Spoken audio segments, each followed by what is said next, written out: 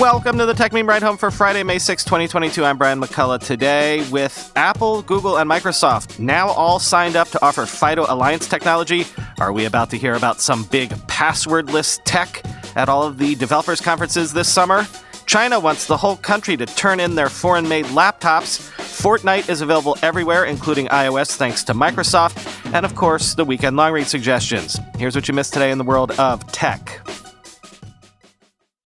Apple, Google, and Microsoft announced plans to offer the FIDO Alliance's passwordless technology on websites and apps using fingerprint readers, face scanners, and smartphones, basically using everything that they do.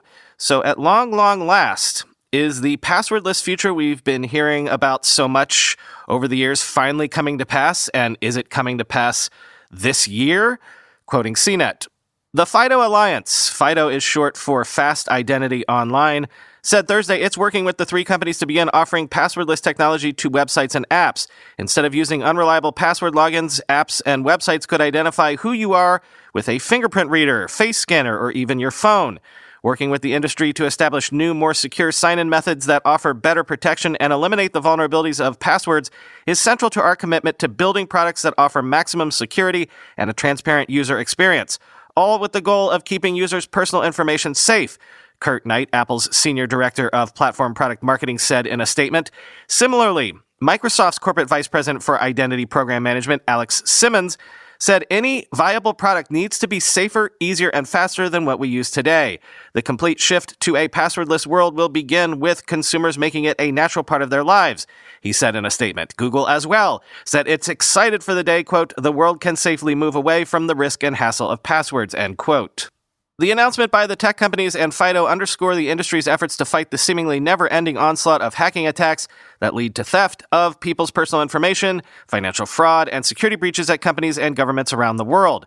While FIDO is already used by hundreds of device makers and service providers, the Alliance said that making its technology interoperable with more websites and apps will make it more appealing. FIDO said it expects the new capabilities announced Thursday to arrive on devices powered by software from Apple, Google, and Microsoft in the next year. We'll likely hear more over the next month, during which all three companies typically hold their annual developer conferences to discuss new features they're planning to offer, end quote.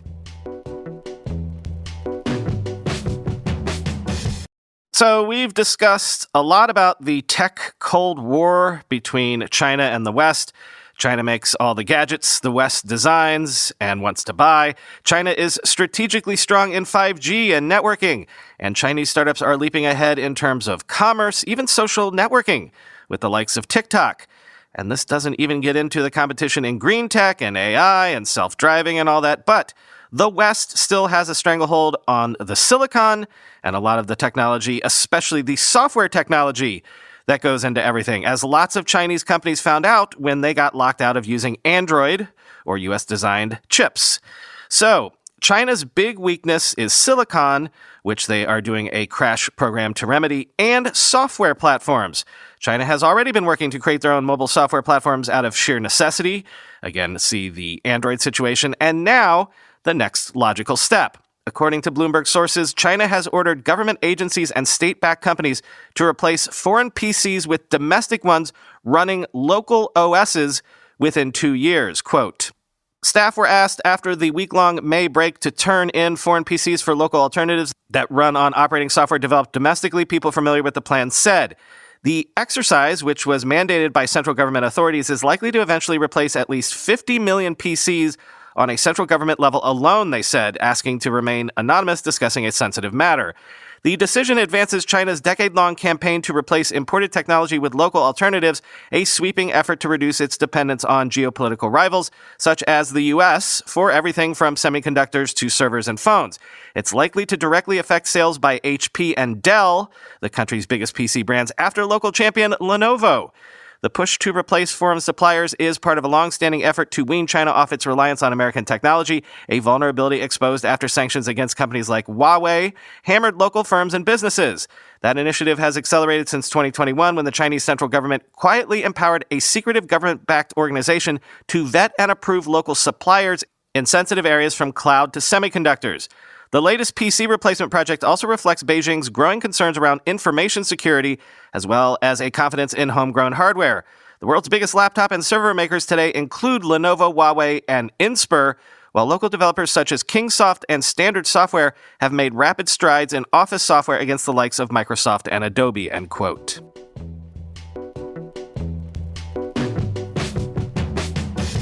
Microsoft has partnered with Epic to offer Fortnite for free through Xbox Cloud Gaming, with or without a subscription across Android, iOS, iPadOS, and Windows PCs, quoting CNET.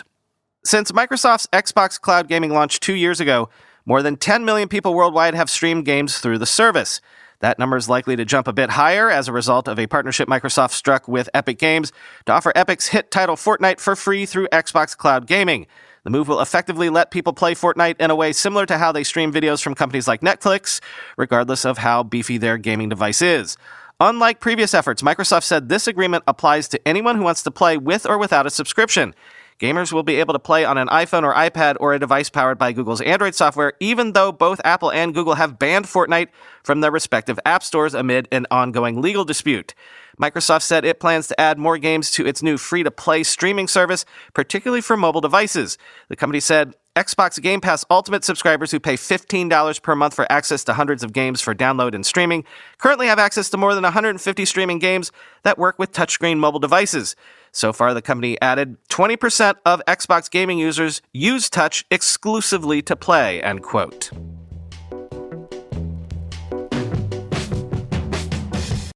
I guess doing things like plastering your name on sporting events around the world really does work. Retail crypto exchange Crypto.com says it now has over 50 million users, up 5 times from late 2020, and it expects to hit 100 million users by the end of this year, quoting Axios.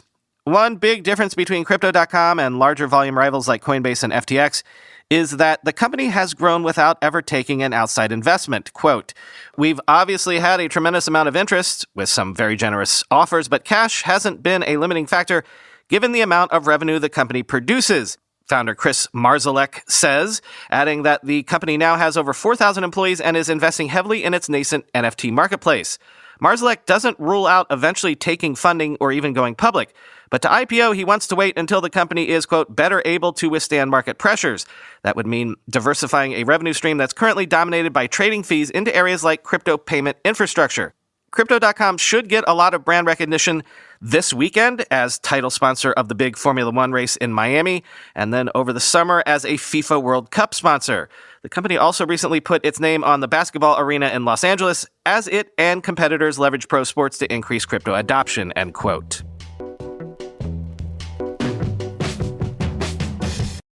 Good news. You started a company. Now you have to run it. When you look out into the sea of CRMs, it can look extremely blue. But HubSpot is here to give your company a more human approach. We're a CRM that's easy to use, aligns all your teams seamlessly, and delivers a better experience for your customers. So your business feels like a helpful partner and not just some company trying to force a sale. There's a better way to help grow your business by connecting your people, your customers, and your business. HubSpot. Grow better.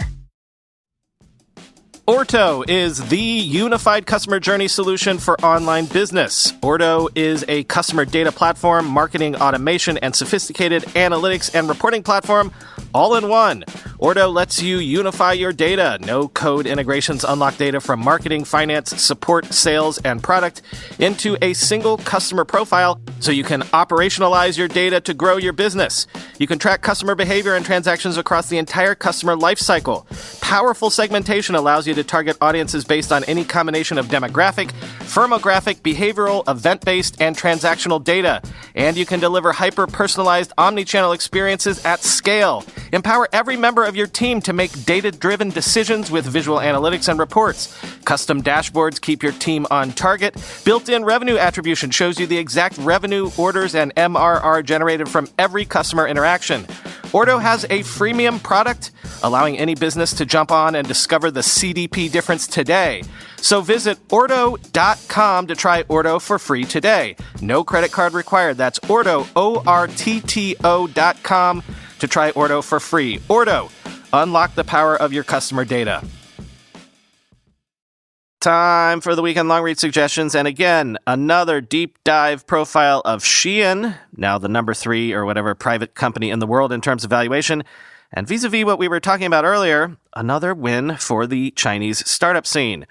Quoting Wired, Shein emerged very quickly, says Sheng Lu, a professor at the University of Delaware who studies the global textile and apparel industry. 3 years ago, nobody had ever heard of them. Earlier this year, the investment firm Piper Sandler surveyed 7,000 American teens about their favorite e-commerce sites and found that while Amazon was the clear winner, Shein came in second. The company claims the largest slice, around 28% of the U.S. fast fashion market. In April, Shein reportedly raised $1 billion to $2 billion in private funding. The company was valued at $100 billion, higher than the combined worth of fast fashion titans H&M and Zara, and higher than that of any private company in the world besides SpaceX and ByteDance, the owner of TikTok, end quote. Next, I found another angle to the whole Elon Musk story. How about a profile of Elon's so-called personal fixer, his major domo, if you will, a man named Jared Birchall, quote, Birchall, 47, is one of the most important people in Musk's circle. He's at the helm of the Tesla leader's family office, called Accession, along with his nascent foundation, and manages many of Musk's personal endeavors. People who know Birchall describe a mild-mannered guy who's essentially the fixer for a capricious billionaire who frequently elicits controversy. That role has grown in complexity as Musk's wealth has ballooned from the mere billions to tens of billions to hundreds of billions. Most recently, it's involved helping buy Twitter, with a complex financing package that initially included a record $12.5 billion loan tied to Musk's stake in Tesla. He was part of the tiny circle interacting with Wall Street to line up the loans that were key to securing the deal, according to a person with knowledge of the talks. While he lacked the experience of marshaling multi-billion-dollar takeovers, Birchall helped corral the banks with the assistance of his former employer, Morgan Stanley, to nail down the financing, said the person describing him as no-nonsense and easy to deal with, end quote. Then I believe we've done stories in the past about how nowadays, if you buy, say, a tractor, you kind of really don't own it because John Deere or whomever can remotely lock you out of it at any time. Well, think of that fact in relation to the war in Ukraine, quoting CNN. Russian troops in the occupied city of Melitopol have stolen all the equipment from a farm equipment dealership and shipped it all to Chechnya, according to a Ukrainian businessman in the area. But after a journey of more than 700 miles, the thieves were unable to use any of the equipment because it had been locked remotely. Some of the machinery was taken to a nearby village, but some of it embarked on a long overland journey to Chechnya more than 700 miles away. The sophistication of the machinery, which are equipped with GPS, meant that its travel could be tracked. It was last tracked to the village of Zakhan Yurt in Chechnya. The equipment ferried to Chechnya, which included combine harvesters, can also be controlled remotely. When the invaders drove the stolen harvesters to Chechnya, they realized that they could not even turn them on because the harvesters were locked remotely, a contact said. The equipment now appears to be languishing at a farm near Grozny, but the contact said that, quote, it seems that the hijackers have found consultants in Russia who are trying to bypass the protection, end quote. Maybe you saw on social media that video that went viral of a robot with eerily lifelike facial expressions maybe a month ago. Well, The Verge took a visit to the robot factory where that came from, where they make the most cutting-edge lifelike androids around. Quote, it's these emotions, curiosity, fear, excitement, that are engineered art's stock in trade. The company makes its money selling its robots for entertainment and education.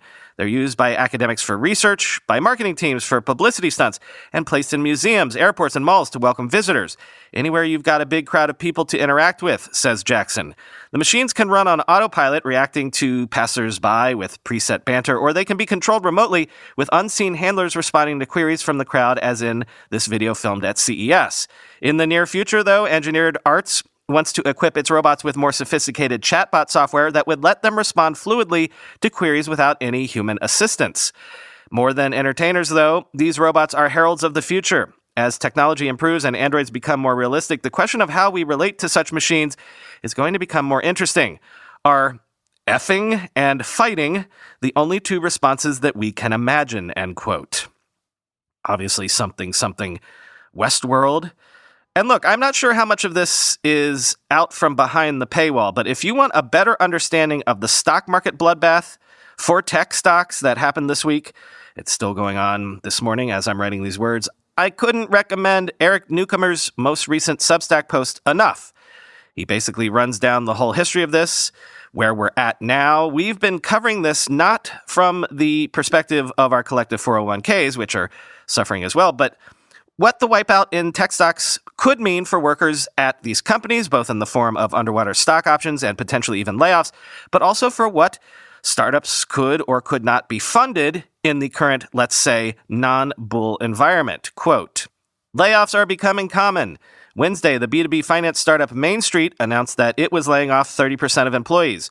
Also on Wednesday, the information reported that the celebrity video app Cameo is laying off 80 employees, about a quarter of its workforce. Meanwhile, this week, Insider reported that Facebook had imposed a hiring freeze. At the same time, the Pragmatic Engineer has reported on employees having their offers rescinded. The biggest question now is whether we're simply going to witness startup valuation multiples contract, or if we will also see revenue growth/fundamentals falter across the board. Startups that sell to other startups could be in trouble. We haven't really seen how SaaS businesses perform in a major correction. How sticky will their services be? Or will companies come to regret swapping large upfront payments for easier-to-cancel subscriptions? On the valuation side, the collapse of Lyft's stock price, down by a third after it reported earnings this week, has to be worrying for private online-to-offline businesses. Everyone expects to see consolidation among GoPuff's competitors. Companies that are valued based on their gross merchandise volume could see those valuations crash as investors chase profits. In March 2020, the pandemic gave Silicon Valley a headfake downturn. Investors who pulled back missed a great moment to make money. How long will this pullback last? How high will interest rates go? How far does the stock market have to fall? End quote. Buckle up out there, everybody.